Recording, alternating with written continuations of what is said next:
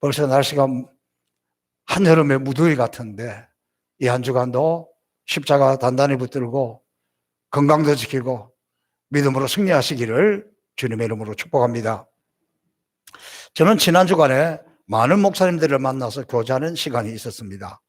우리 아프리카 선교를 함께하는 캐만 우리 목사님들, 그리고 일산 서부경찰서를 함께 섬기는 경목 목사님들, 그리고 제가 노회장이기 때문에 특별히 우리 노회를 섬기는 분들과 대화하는 시간이 많았습니다. 함께 저를 만나서 대화하는 분들이 우리 교회에 대해서 매우 궁금하게 생각하더라고요. 아니, 성포교회 목사님, 교회가 어떤 교회길래 목사님이 그렇게 행복하게 목회를 하십니까? 제가 물어봤어요. 제가 목회하는 것이 행복해 보입니까? 그랬더니 이렇게 이야기하는 거예요. 막 교회 이야기하면 막 얼굴이 기쁨이 충만하고 막 너무 막 즐거워서 행복해서 막 그런다는 거예요. 우리 성도들 이야기하면 막 그렇게 자랑스러워하고 너무너무 행복해하고 좋아한다는 거예요. 그게 행복한 목회지 않느냐. 맞다. 내가 정말 행복한 목회를 하는 행복한 목사구나. 너무 좋았습니다. 우리 교회가 가까운 이웃교회 목사님이 그러는 거예요. 이분이 요즘 이 유튜브가 발달해가지고 제가 주일 오후에 행사하는 교회 그것도 다 보고 있더라고요. 그래서 이번에 어느 교회 목사님 아주 노회장님 적절한 말씀을 잘 주셨다 그러면서 성포교회는 주일마다 떡잔치를 한다면서요. 그래요. 아니 뭐 떡잔치라기보다 주일날 식사를 못하니까 이렇게 우리 성도들이 서로 돌아가면서 떡을 한 번씩 공개한다. 그러니까 뭐 그게 초대교회고 떡잔치지 뭐 그러더라고요. 하여튼 뭐 그러거나 말거나 어떻게 그것이 일주일마다 할 수가 있느냐. 잘 안 믿으시는가 봐요. 하여튼 뭐 그러나 저러나 우리는 그렇게 하고 있습니다. 그리고 제가 즐겁게 대화를 했습니다.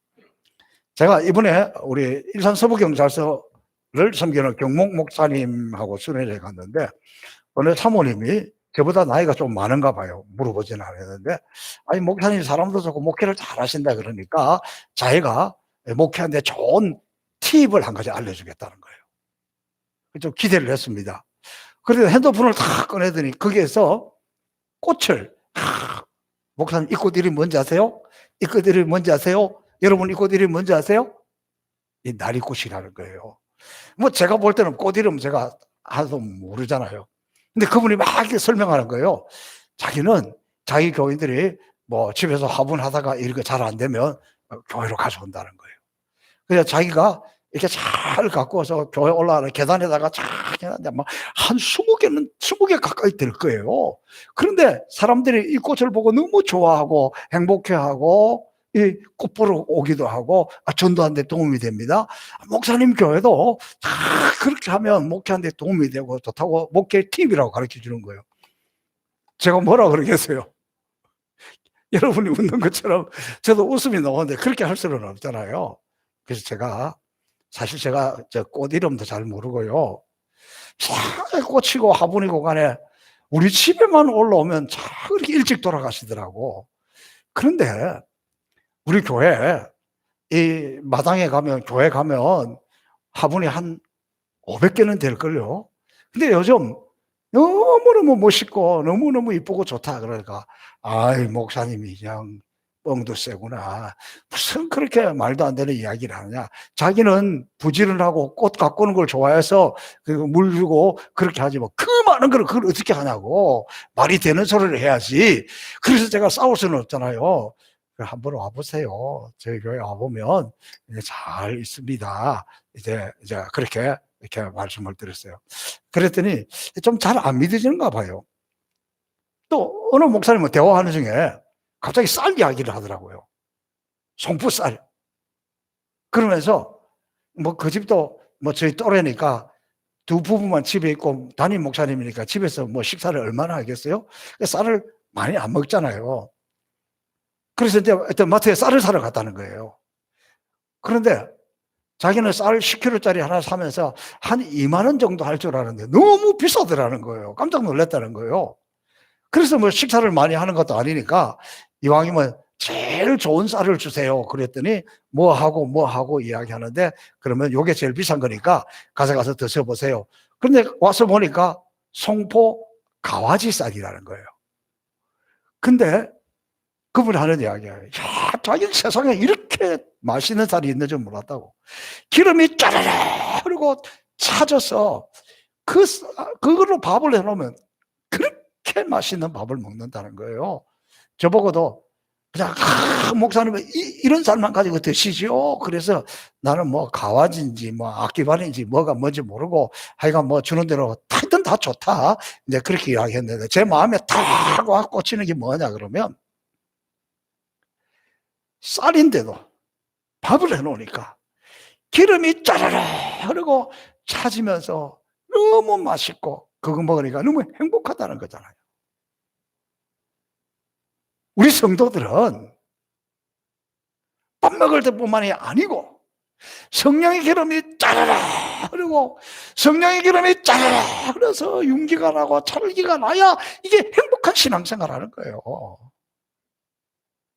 저 여러분에게 이 성령의 기름이 쫙 흘러넘쳐서 기름이 짜라라 흐르고 그런 행복한 삶을 살 수 있기를 주님의 이름으로 축복합니다. 저는 항상 설교할 때 무엇을 생각하느냐 그러면, 이번 한 주간 내가 주님과 어떤 동행을 했는가, 주님과 나만 느끼는 감동은 무엇이 있었는가, 좀 구체적으로 주님이 내 삶에 또 우리 가정에 우리 자녀들에게 부어주신 그 은혜와 기름 부으심이 무엇인가를 생각하고, 나를 만나주신 하나님, 나를 만져주신 하나님, 내게 은혜를 주신 하나님, 내게 감동을 주시는 하나님, 주님과 내가 알 사람만 알 수 있는 이 은혜를 선포하고 이 은혜를 나누는 것이 설교라고 저는 생각합니다. 그래서 매일매일 하나님 어떤 큰 기적적인 것도 중요하지만 소소하게 주님과 동행하고 성령이 우리를 어떻게 인도했는지 이런 것을 나누고 이런 삶을 살아가는 것이 목회하는 것이고 목사의 삶이고 설교이지 않는가, 저는 그렇게 생각합니다. 오늘 이 본문의 말씀, 벌써 성령의 기름 부으심에 관해서 제가 3주째 말씀을 나누고 있는데, 이 본문 말씀이 얼마나 중요한지 예수님께서도 바리새인들하고 대화를 할 때에 누가복음 18장에 보면은 이 말씀을 예수님이 전하고 있는 거예요. 그게 1절에서 우리가 지난주에 말씀을 전했던 그 4절에 있는 말씀인데, 주의 영이 내게 내리셨다. 이는 하나님께서 내게 기름을 부어서 가난한 사람들에게 복음을 전파하도록 하기 위해서다. 하나님께서는 포로된 자에게 자유를 못 보는 사람들에게 다시 볼 수 있게 하는 것을, 억눌린 사람들에게 해방을 선포하기 위해 나를 보내셨다. 주의 은혜의 해를 선포하기 위함이다. 그러니까 다시 말하면 우리 예수님께서도 내가 이 사명을 감당하는 것은 하나님께서 나에게 이렇게 하시기 원했기 때문이다. 다시 말하면 예수님께서도 하시는 그 사역에 이 성령의 기름이 쫙 흘러가서 이런 역사를 일으키는 것이 하나님 나를 보내신 목적이다. 그렇다면 오늘 저와 여러분의 삶에 있어서 이 성령의 기름 부음이 얼마나 중요하다는 것을 우리는 다시 한번 깨닫게 됩니다. 지난주에 이어서 오늘도 이 기름 부으심이 있다는 것은 뭐 막연하게 또 뭐 영적인 일, 뭐 하늘에서나 있는 이런 이야기가 아니에요. 성령의 기름 부으심은 매우 구체적입니다. 성령의 기름 부으심이 있을 때 나타나는 현상들이나 축복들은 매우 현실적입니다. 그러니까 오늘 이 성령의 기름 부으심이 흘러갔을 때 짜르르 윤기가 흐르는 삶이라는 것은 구체적으로 내 삶 속에, 내 생활 속에, 우리 가정 속에서 일어나는 그런 일들이라는 거예요. 그렇게 중요한 겁니다. 자, 이 기름 부으심이 있을 때 나타나는 축복이 있어요. 열매들이 있어요. 여러분, 이 열매라는 것이 얼마나 중요합니까? 우리 이대실 집사님이 교회 화분으로 가득하게 해놔서 너무 좋습니다. 꽃들을 보는 거 너무 행복하죠. 그러나 저는 예쁜 것도 좋지만 먹는 것은 더 좋아요.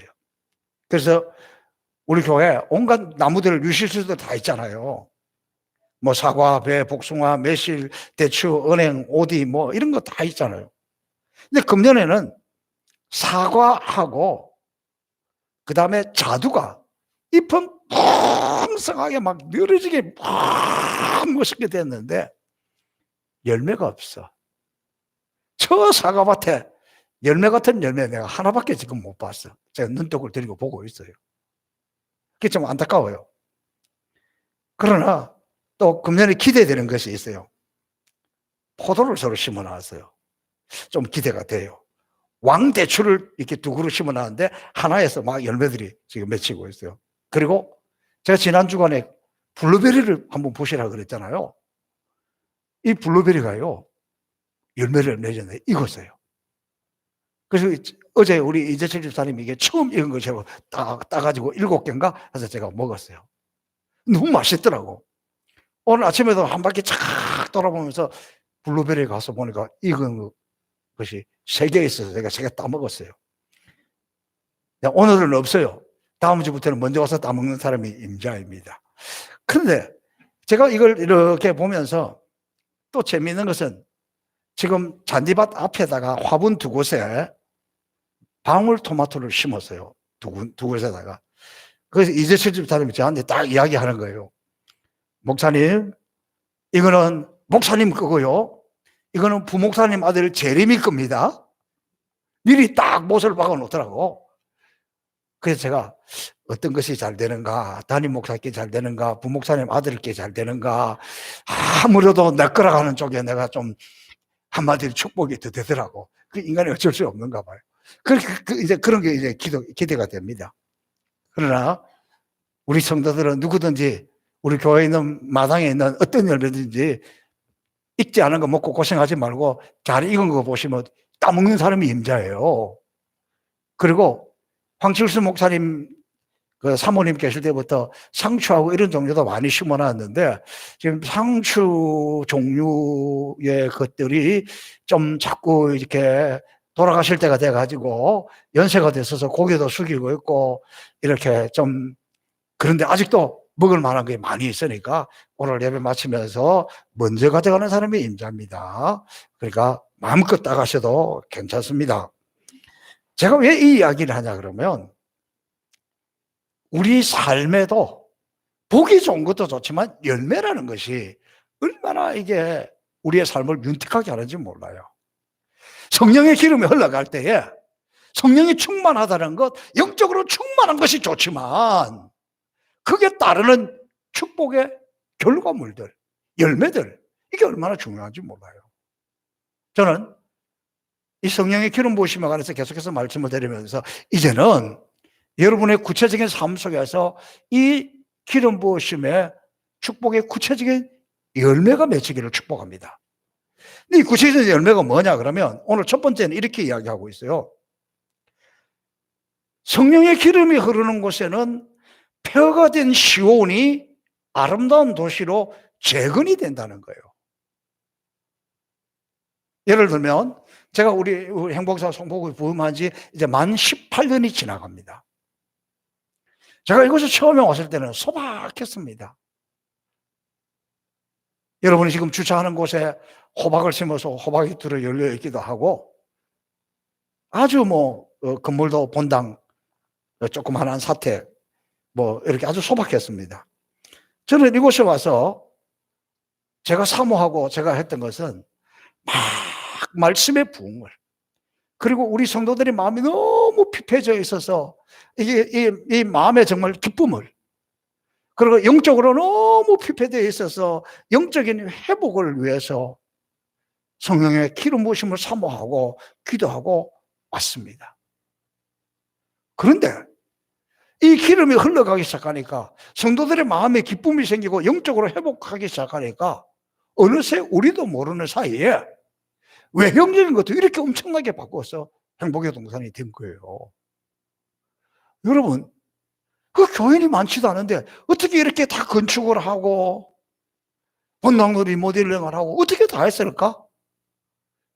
지금에 와서 제가 확실히 깨닫는 것은 성령의 기름이 흘러가니까 이사야 61장에 있는 말씀이 그대로 이루어져서 그 기름이 흘러가는 곳에는 폐허가 된 것을 새롭게 건축하고 새롭게 일으켜 주신다는 사실입니다. 저는 우리 행복의 성복 교회가 바로 성령의 기름이 흘러오는 것에 나타나는 축복의 열매라는 것을, 이건 모델 케이스예요. 이거는 샘플이에요. 이거는 그대로 그 말씀이 이루어진 거라고 저는 확신합니다. 마찬가지로 성령의 기름이 흘러가는 곳에는 여러분의 가정도, 여러분의 사업장도 마찬가지입니다.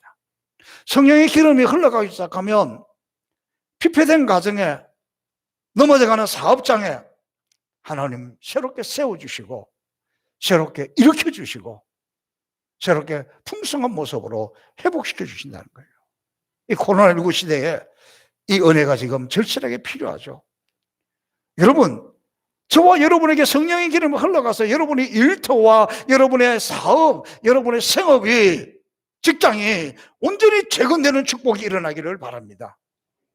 이 성령의 기름이 저와 여러분이 흘러서 여러분의 가정과 특별히 여러분의 자녀들이 일어서는 놀랍게 회복되는, 막 길이 열리는 그런 은혜가 임하기를 축복합니다.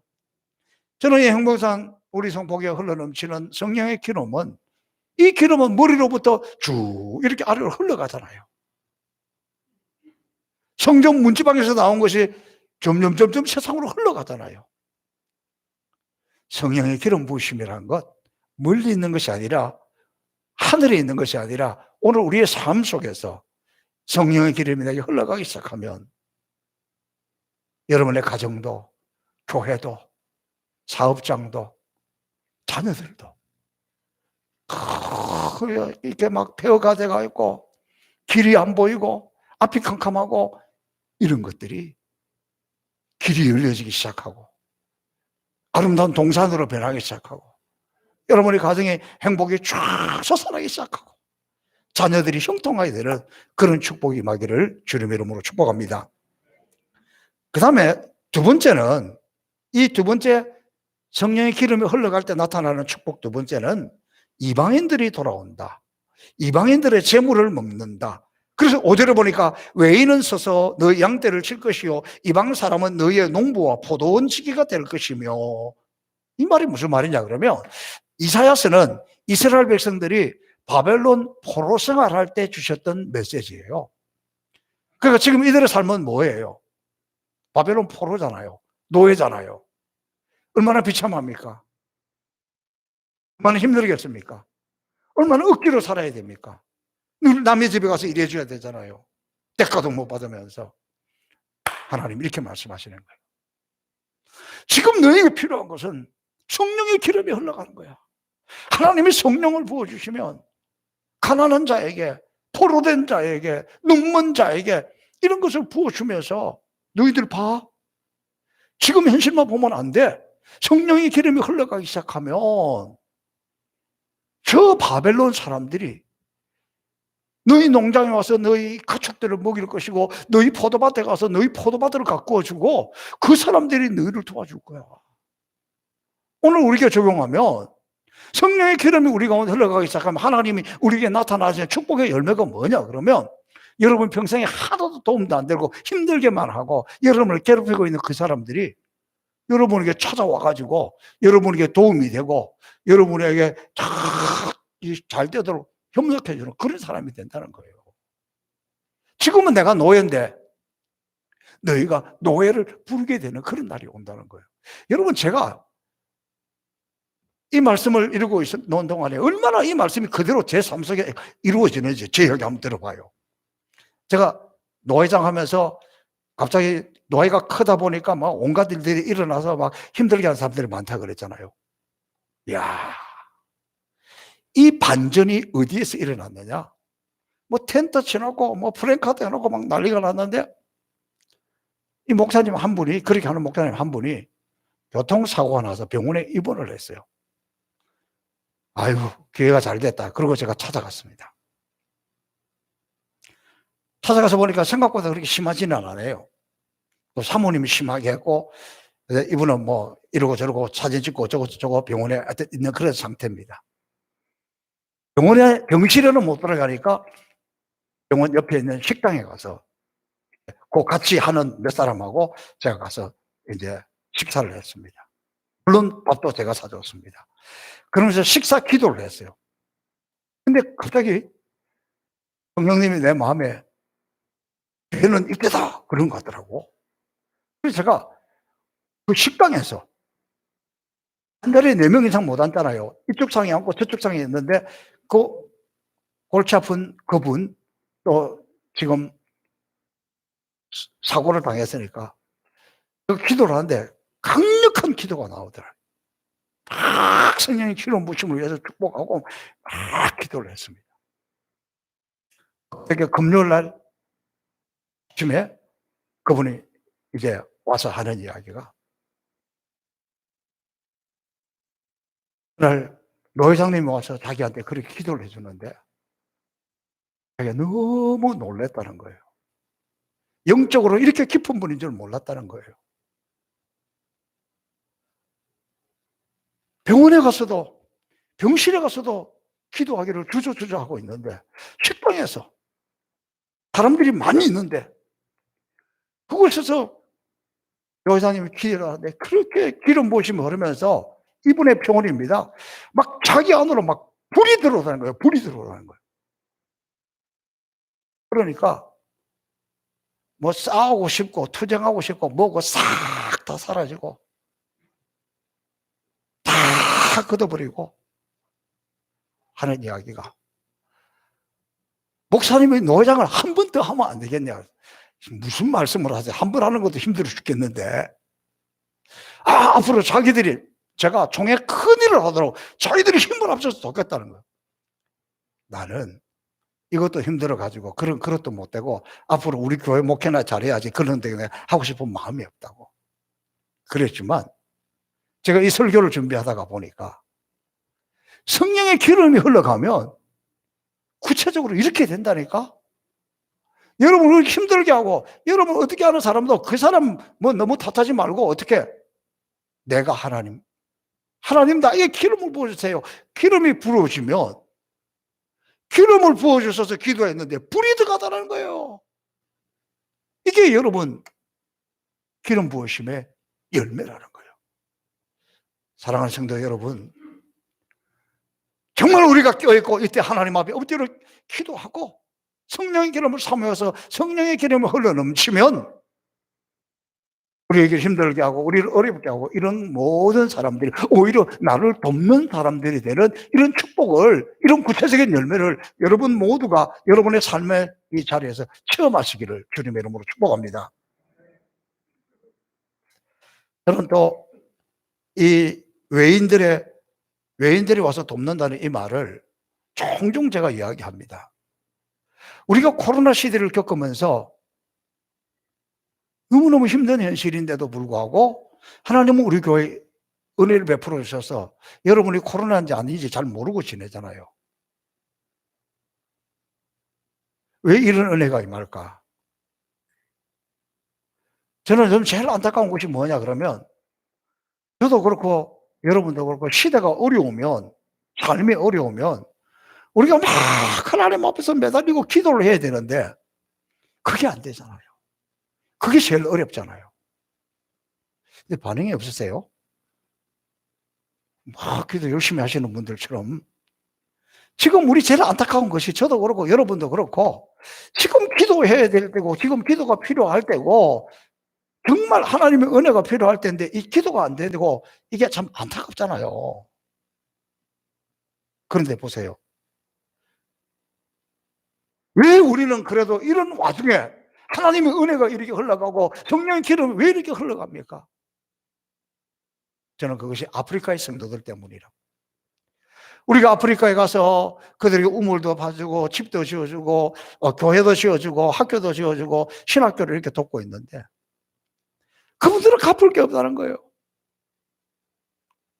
그분들이 지금 우리를 위해서 새벽마다 기도하고 눈물로 기도하고 지금 그분들이 우리 가까이 있지 않지만 이 어려울 때에 이 힘들 때에 그분들이 우리를 위해서 기도하고, 그분들이 우리의 회복을 위해서 기도하고, 그분들이 우리가 잘 되도록 기도하기 때문에 우리 행복의 산 성포교회가 이런 어려움을 넉넉히 잘 이겨간다고 저는 확신합니다. 또 오늘 기름 부으심의 축복 이 열매, 구체적으로 세 번째는 이렇게 이야기하고 있습니다. 너희는 여호와의 제사장이 되고 하나님의 일꾼이 된다는 거예요. 누가?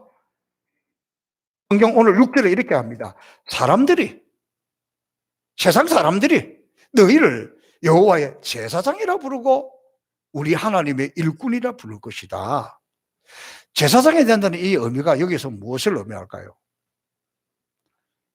성령의 기름 부으심이 우리 가운데 흘러가면 우리가 제사장이 된다. 특별히 제사장이라는 것은, 제사장의 중요한 사명은 성도들을 위해서, 다른 사람을 위해서 하나님 앞에 제사를 드려서 올리는 것, 예배를 드리는 것, 이 모든 백성들이 기도를 대신해서 모아서 올리는 것, 그렇게 된다는 거예요. 가장 정확한 오늘 우리 가운데 다가오는 의미는, 우리가 오늘날 제사장이 된다는 것은 우리가 하나님 앞에 다른 사람들을 위해서 기도하는 중보 기도자가 된다는 거예요. 그런데 기름이 흐르지 않는데 어떻게 중보 기도자가 될 수가 있어요? 그래서 이 성령의 기름이 흘러가면 우리도 모르게 기도한다는 거예요. 우리도 모르게 기도하는데 누구를 위해서 기도하느냐? 다른 사람을 위해서 기도한다는 거예요. 여러분 한번 생각해 보세요. 성령의 기름이 흘러가서 이 제사장이 된다는 것은, 특별히 제사장은 축복하는 것이 커요. 축복하는 것이. 선지자들은 지적을 하고 선지자들은 심판을 이야기한다면, 제사장이라는 것은 기도해주고 축복해주는 것을 이야기하는 거예요. 성령의 기름 흘러가지고 하나님 앞에 엎드려 기도하는 사람이, 하나님 저 인간은 죽여주세요, 저 인간은 그렇게 기도하겠습니까? 그렇지 않아요. 그렇게 생각하다가도 성령의 기름이 흘러가면 원수들을 위해서 기도하고 나를 힘들게 하는 사람들을 위해서 기도하는데, 성령의 기름이 흘러가기 때문에, 성령의 감동을 주기 때문에 이런 마음이 드는 거예요. 하나님, 따지고 보면 저 사람도 불쌍합니다. 오죽하면 얼마나 힘들면 그러겠습니까? 이렇게 마음이 바뀐다니까. 왜냐하면 성령의 기름이 흘러가니까. 그래서 성령의 기름이 흘러가면 축복하는 기도가 되는 거예요. 막 축복해주세요, 축복해주세요는 안 해도 그게 좀 어느 정도 하나님이 불쌍히 여겨주세요. 따지고 보면 그도 불쌍한 사람입니다. 이 정도 된다는 거예요. 하나님 불쌍히 여기면 어떻게 돼요? 그 사람도 사는 것이, 회복이 되는 것이. 제사장이 된다는 것은 이렇게 중보기도 하게 되고, 중보기도 하면 너도 살고 나도 살고 같이 살게 되는 거예요. 우리가 기름이 흘러서 우리가 이렇게 제사장이 된다는 것은 성령의 기름이 흘러가니까 원수도 나도 같이 살아내게 되고 같이 회복이 된다, 그런 뜻이에요. 그 다음에 오늘 이 본문에 보니까 이 제사장은 하나님의 말씀을 전하는 제사장이라는 거예요.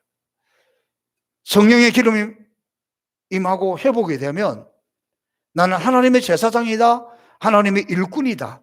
다윗이 성령의 기름 부으심이 넘칠 때 이런 고백을 했습니다. 나는 하나님의 집에, 하나님의 성전에 문지기만 되어도 감사하다. 사랑하는 성도 여러분, 오늘 저는 우리 가운데 성령의 기름이 흐르면 하나님 봉사자가 되는 거예요. 이 봉사자라는 것은 먼지를 트는 사람이라는 뜻입니다. 먼지 치우는 사람, 집사, 봉사자, 먼지 치우는 사람이라는.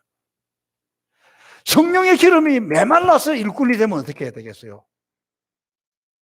가는 데마다 싸우고, 가는 데마다 들이받고, 가는 데마다 불평스럽고, 기름이 떨어진, 성령의 기름이 떨어진 일꾼, 너무 골치 아픕니다.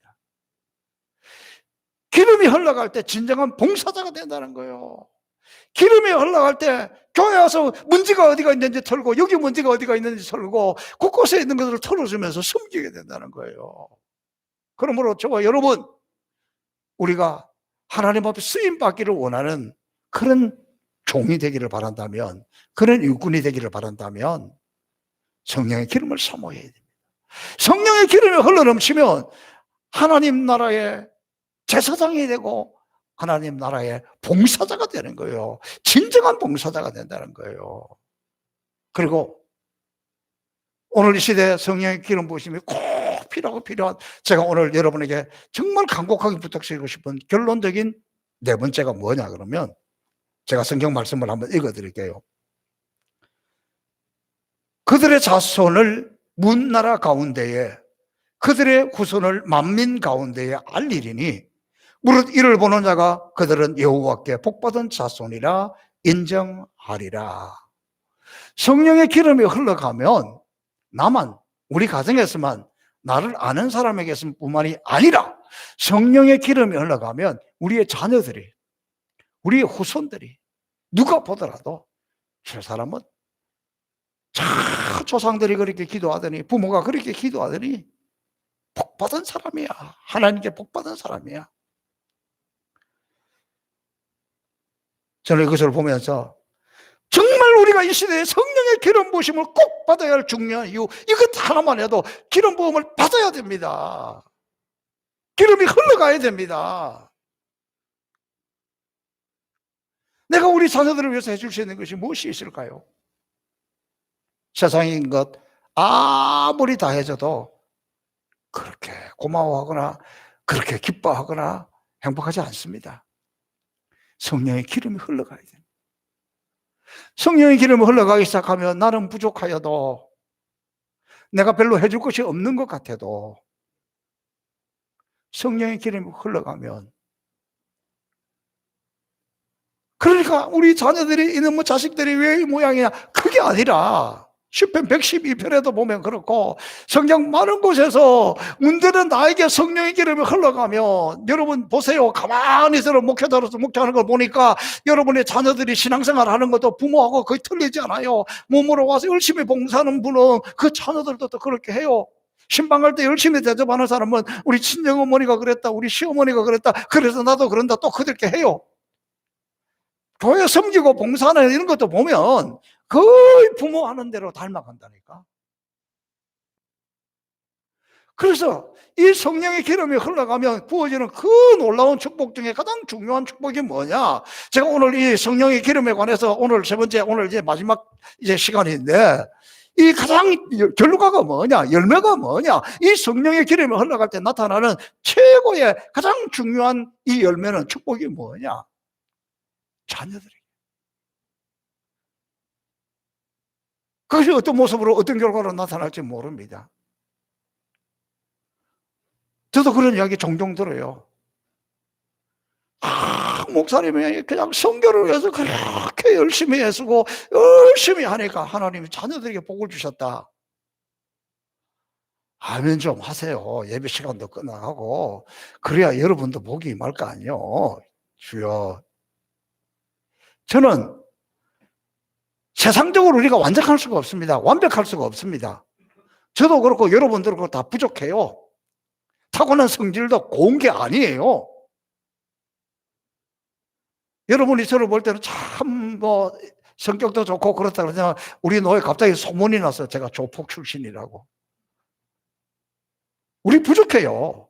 허물이 많아요. 성질이 좋지도 않아. 본성이 좋지도 않아. 그럼에도 불구하고 성령의 기름이 흘러가기 시작하면 하나님은 그 자녀들을 책임지시고 그 자녀들에게 복을 주시는데, 나만 아는 복이 아니라 모두가 알 수 있도록, 모두에게 드러나도록, 누가 보더라도 역시 저 부모가 그렇게 기도하더니, 그 엄마가 그렇게 기도하더니 저 자녀가 저렇게 복을 받았구나. 오늘 이 성령의 기름 부으심, 지금 여러분의 자녀들의 지금의 모습을 보고 아이고 내가 기도를 안 해서, 그 이야기가 아니에요. 지금 모습이 어떠하든지, 지금 내 모습이 어떠하든지, 내 자녀의 모습이 어떠하든지 우리 가운데 진짜 지금부터 성령의 기름이 흘러가기 시작하면 하나님은 자녀에게 복을 주시네, 막혔던 길이 열리게 되고 폐허가 되어서 그냥 너무나 피곤하고 힘든 인생을 살아가는데 하나님이 복을 주시면 넘쳐 못할 일이 뭐가 있겠습니까? 하나님이 길을 열어주시는데 열리지 못할 길이 뭐가 있습니까? 하나님이 역사하시는데 누가 능히 막을 수가 있겠습니까? 오늘 이 성경은 성령의 기름 부으심 흘러가면 세상 모두가 다 보고 모두가 알 수 있도록 그 자녀를 복받은 자다, 축복받은 자다. 여러분, 이제 우리가 세상에서 그 무엇을 기다리겠습니까? 요즘 신방을 안 해서 모르는데 신방에 보면은요, 우리 연세가 드신 분들은 가서 기도하는 제목을 내어놓으라. 내 기도 제목 아무것도 없어. 다 자식들이야, 자식들. 자식들이 잘 되는 거야. 자식들 잘 되기를 바란다면, 자녀들 잘 되기를 바란다면, 우리 후손들이 잘 되기를 바란다면, 내가 대단한 것도 아니라도 내가 허물음하고 부족함에도 불구하고 성령의 기름이 흘러가며 그 성령의 기름이 쭉 흘러가서 하나님은 자녀들에게 축복의 열매들이, 축복의 아름다운 결과물들이 많은 사람이 볼 수 있도록 해주겠다고 약속하십니다. 저는 이 하나님 말씀을 믿습니다. 저는 이 하나님 말씀 우리 가운데 이루어질 것도 확신합니다. 그러므로 이제 저와 여러분 다시 한 번 더 이 성령의 기름이 흘러넘쳐서 여러분의 자녀들이 온 세상으로부터 하나님의 복받은 자로 인정받기를 주님의 이름으로 축복합니다. 살아계신 아버지 하나님 감사합니다. 우리는 성령의 기름을 사모합니다. 성령의 기름이 흘러넘칠 때 구체적으로 우리 가운데 이런 역사가 나타나고 이런 은혜가 부어지는 것을 체험할 수 있도록 은혜 내려 주옵소서. 예수님 이름으로 축복하며 기도하옵나이다. 아멘. 우리 다음